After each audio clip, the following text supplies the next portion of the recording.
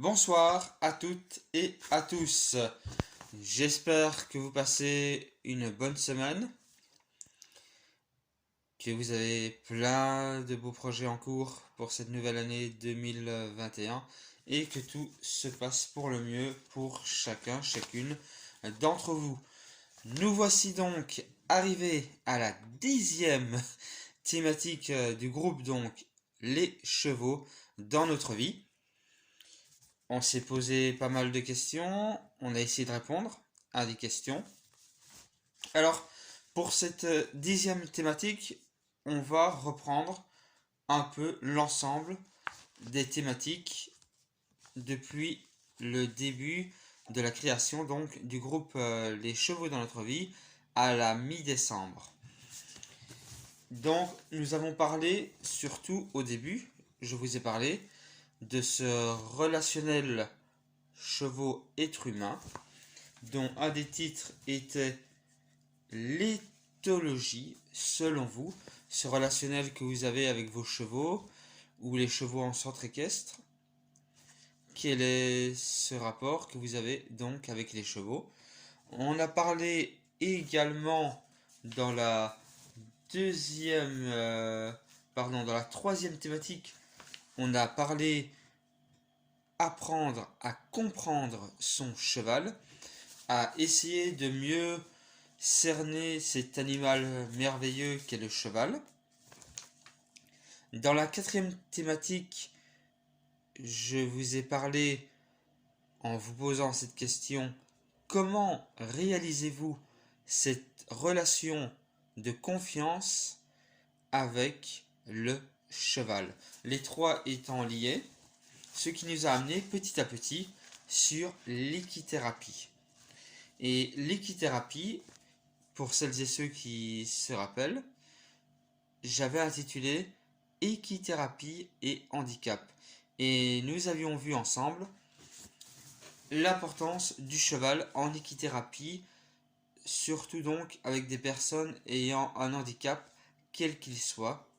Et j'avais souligné que nous-mêmes, nous avons des petites faiblesses, des petits handicaps, même si on ne les voit pas toujours, mais nous étions aussi des personnes susceptibles de participer, au même titre que d'autres personnes, à une séance d'équithérapie, que l'équithérapie n'était pas spécifiquement pour certaines personnes, mais qu'elle répondait à chacun et chacune d'entre nous. Dans la sixième thématique, nous avions parlé l'équithérapie, un moment, un espace-temps pour les autres, mais aussi pour soi-même. Qu'il était important dans nos vies de savoir trouver ce juste temps, ce juste moment où on est en connexion avec nous-mêmes.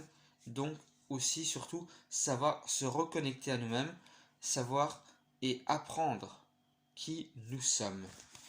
Dans la septième thématique, nous avions parlé du cheval et du patient, donc en équithérapie. Dans la huitième thématique, j'avais intitulé comme titre le patient en équithérapie, qui était donc la suite, si vous voulez, de la septième thématique où on parlait du cheval et du patient en équithérapie. Donc on essayait d'apporter un regard sur cet être d'exception qu'est le cheval et tout ce qu'il apportait donc auprès d'un patient. Dans la huitième thématique, j'essayais d'approfondir vraiment le patient, le regard que l'on peut avoir sur un patient, une patiente en séance thérapeutique par le cheval.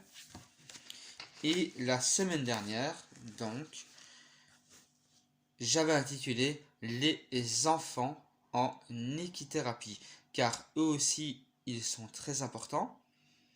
Et d'ailleurs, c'est justement à ce moment-là, pour qu'un enfant puisse s'épanouir dans sa vie d'adulte, savoir venir au bon moment, lui trouver cet espace-temps d'équithérapie pour l'aider à se construire, à se trouver grâce à cette thérapie très peu connue, comme je vous l'ai signalé, et comme beaucoup de personnes le savent, l'équithérapie est très peu reconnue.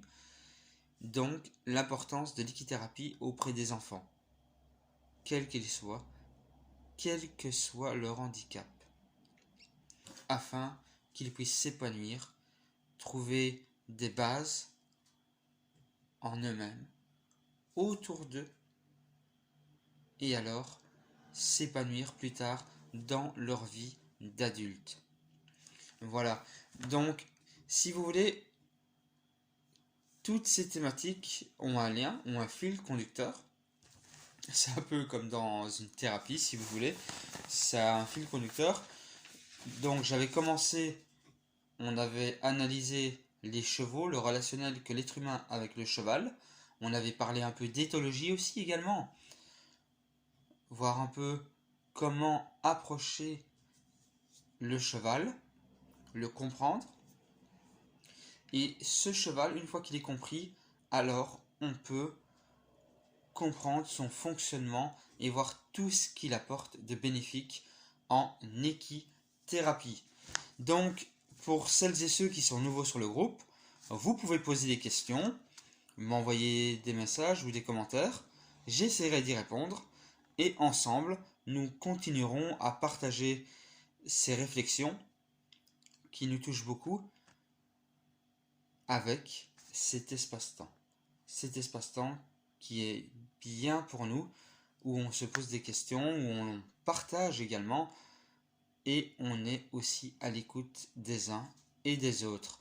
Sur ce, je vous souhaite à toutes et à tous une bonne fin de soirée, et je vous dis à la semaine prochaine pour une 11e thématique dans le groupe Les chevaux dans notre vie.